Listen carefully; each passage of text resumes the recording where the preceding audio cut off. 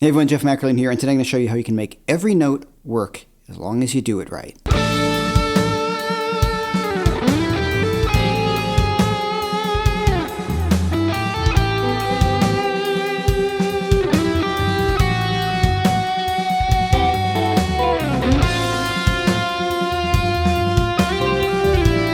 Now, two guitar players in particular are a major influence on me and a lot of other people: Alan Holdsworth and Scott Henderson. Now, there's all sorts of really deep theoretical things we can go into and talk about with these guys, but one of the most difficult things I think to do was to get used to hearing some of the outer sounds that you can use over a chord. So a great exercise to do that, to start to get your ears to accept notes that may initially sound weird, but after a little while may sound really cool, and you can use those notes as tension. It's all about tension and release. Music is about tension and release. So I can play a really out note. If I resolve it right, that out note really started to work well. One thing that's really important is the background track I'm using is an A Dorian background track. It's very fusion-y sounding. If you're going to try to take some of these ideas and play them over a Muddy Waters style blues, it's going to sound pretty bad. Just stylistically, it's not correct. So I don't recommend you do that. But if you are playing something that allows you to play this kind of harmony, in other words, the background track supports the harmonic ideas that you are using as a player, this can work really well. So let's start with an A Dorian scale. So our note's going to be A, B, C, D, E, F sharp, G, A, B, and C. All right, so let's hear that over the track. Sounds beautiful.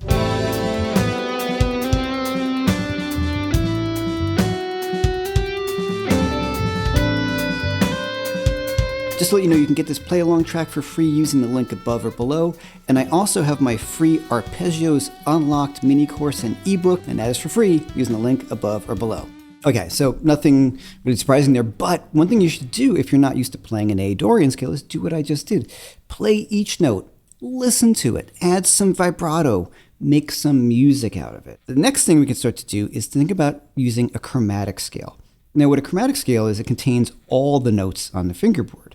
So if we do an A chromatic scale in position, actually let's just start off on this C right here so we stay in the position we're kind of working through. You're going to have C, B, B flat, A, G sharp, let me slide back here, G, F sharp, F, E, E flat, D, C sharp, D flat, C, B, B flat, and A. There's all sorts of ways you can play this.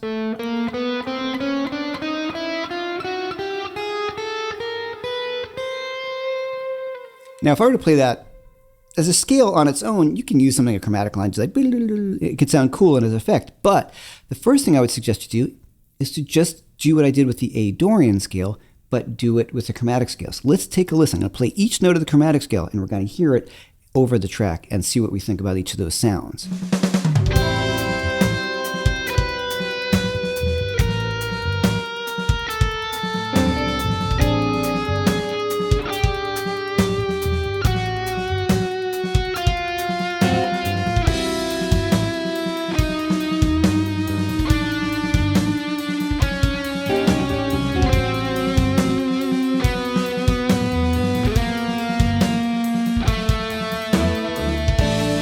Just take a little break here. If you like my channel, please hit the like and subscribe. It helps me out as usual. I have one of my favorite courses on sale, and that is Unlocking the Major Scale, a creative approach to soloing. And this scale touches upon many of the ideas I have here. It's really just understanding the fingerboard, a nice way to break down. We do one string at a time, two strings at a time, three strings at a time. We see skipping strings, we see shapes. The way I worked through learning the fingerboard and to be able to connect ideas as opposed to thinking these block positions of scales. I think that was another thing that really changed my playing, was being able to see the guitar horizontally as well as vertically.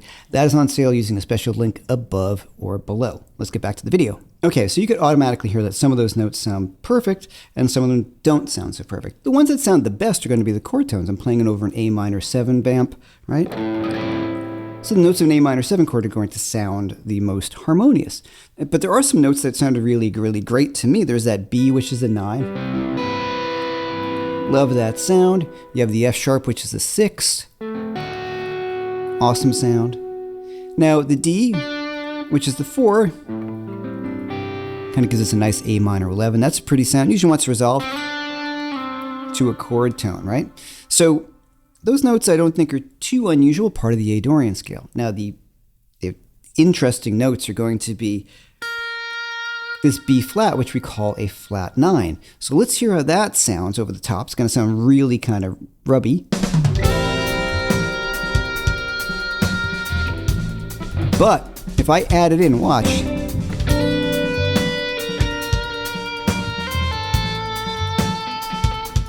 Again.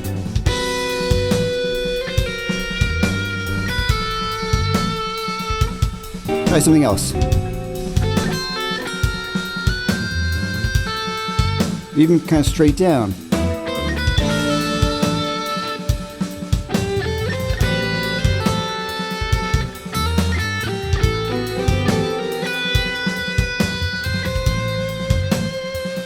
Now that B flat is pretty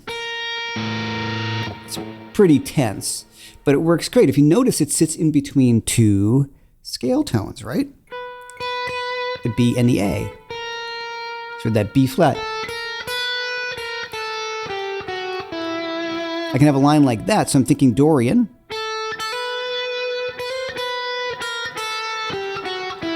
Then I go down using that chromatic passing note in between. There's all sorts of ways we can look at this. Sometimes they're called enclosures. There's a number of ways that we can start to examine this. But what worked for me was just messing around and using my ears and starting to hear how that note works. That note really wants to resolve, doesn't it? We're playing an A. You don't really want to have that sitting, screaming out like that. So it really wants to do something. But it adds a nice degree of tension, and it wants to bring us back to the chord change or to the chord tones more. Let's check out this G sharp. Now, that's the natural 7. I particularly love this one because it also does come from melodic minor. So there's lots of great uses for that. But let's hear that G sharp.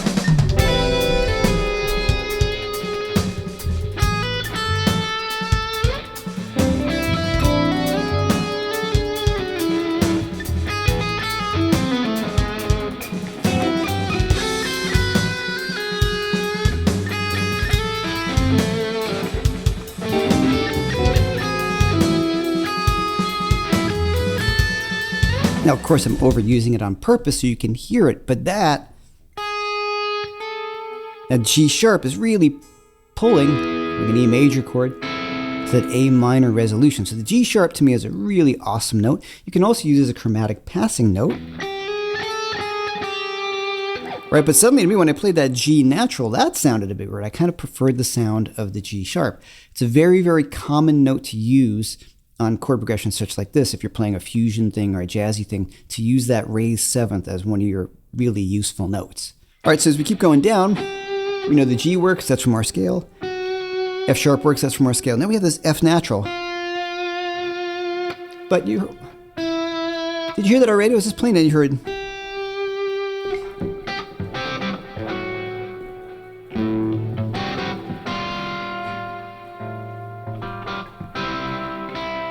Right, so you heard that. That's a very common sort of riff. So let's hear how that sounds. I'm going to use that F in this A Dorian scale.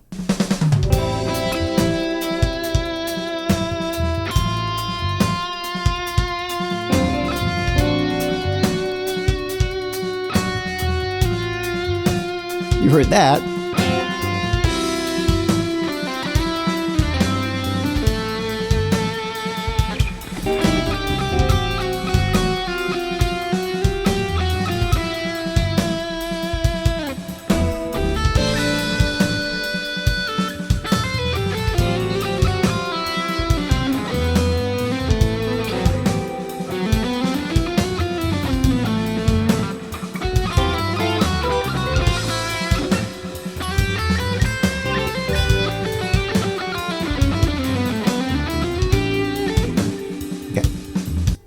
Now I'm just starting to mess around there. I made a few mistakes, whatever. That's the point.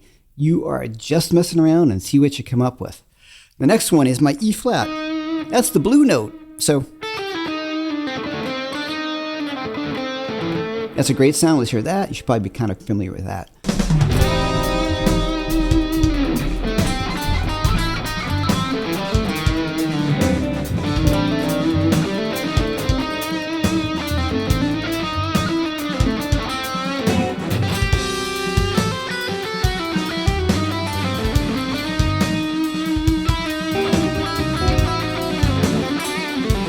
Now, of course, right there I gave you the stink face because I'm hitting some of those notes that really sound cool. As in jazz musicians, that's a cool note. You're adding some rub, you're adding some tension. So there, I would really work on that one a lot because it's from your blues scale.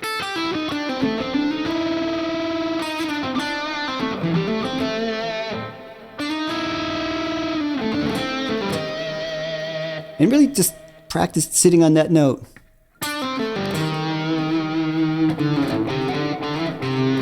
You can resolve it back down to A, make it a little bit of a bluesy line, but that's another awesome sound. Okay, now the fourth is the D.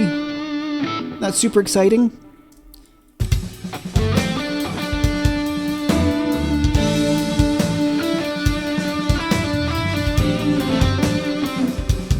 I mean, it sounds great. It's just part of the scale. Now, the C sharp is the tricky one because we're playing an A minor vamp. If we play a C sharp, we have a natural third.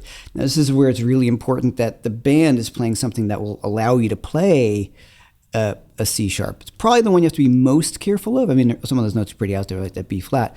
But the C sharp can sound good, for sure, but it usually wants to resolve. I'm going to go between the C and the C sharp. So let's take a listen to that C sharp particularly.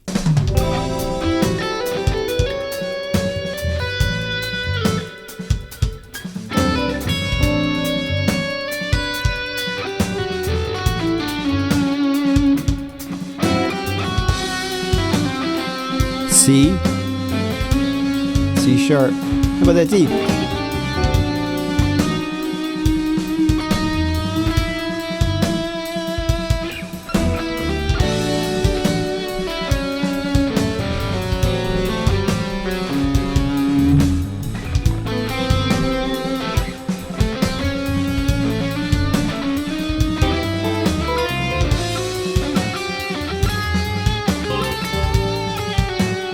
It was all the notes so far.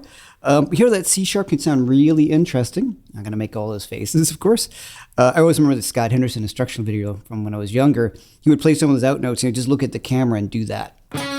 So thanks again for that, Scott. All right, so C sharp's pretty interesting. I love the sound. The C natural sounds great. Just it's the flat third of the scale we're playing over A minor. Works perfectly. Then we have a B, which is our 9, so that's a scale tone. Once again, then we're back down to that B flat again. So there. So what I've done is taken all the notes of the scale, just in one position, and even on one string, not all the notes, but you can take these ideas on one string and start to experiment with just how you hear those sounds. Now that's really important. It's the messing around and hitting lots of mistakes and just learning how to get yourself out of some of these holes that you might get yourself into. I started playing this weirdo chromatic line, and how do I resolve that? Oop, I lost it. Oh, I nailed it that time. And just try to remember, the more you practice just doing this, the better you're going to sound at it. Also, you must listen to music that does this. If you are listening to one of my favorites, B.B. King, you are not going to be hearing this. So you need to listen to guys like Scott Henderson, Alan Holdsworth, and the list goes on. Tons of great fusion guitar players. But those two guys in particular, for me, are the kings. So if you're not listening to that kind of music, well, John Scofield as well. But this is more legato-y stuff. This is a little bit more Holdsworthy and Scott Henderson-like, especially earlier Scott Henderson. Also, what's the guitar sound I'm using? I am trying the 14-day free trial of the Pliny plugin from Neural DSP. Not getting paid. They haven't given it to me. I just think it sounds awesome, so check it out. All right, you may ask, what is this thing? Well, it is, I think when I'm playing this kind of more legato, fusion-y stuff, sometimes if this is not on, it's a little kind of leg support. The guitar sits over here, all right, put that on a desk, and I find myself leaning over. If I'm playing this standing up or sitting up more properly, the guitar will tilt it up a little higher. Sometimes this stuff that requires more legato playing is much, much easier when the guitar is higher. So, got this thing right here. Raises up the guitar. So I'm not slouching and I'm sitting upright, and that really helps a lot.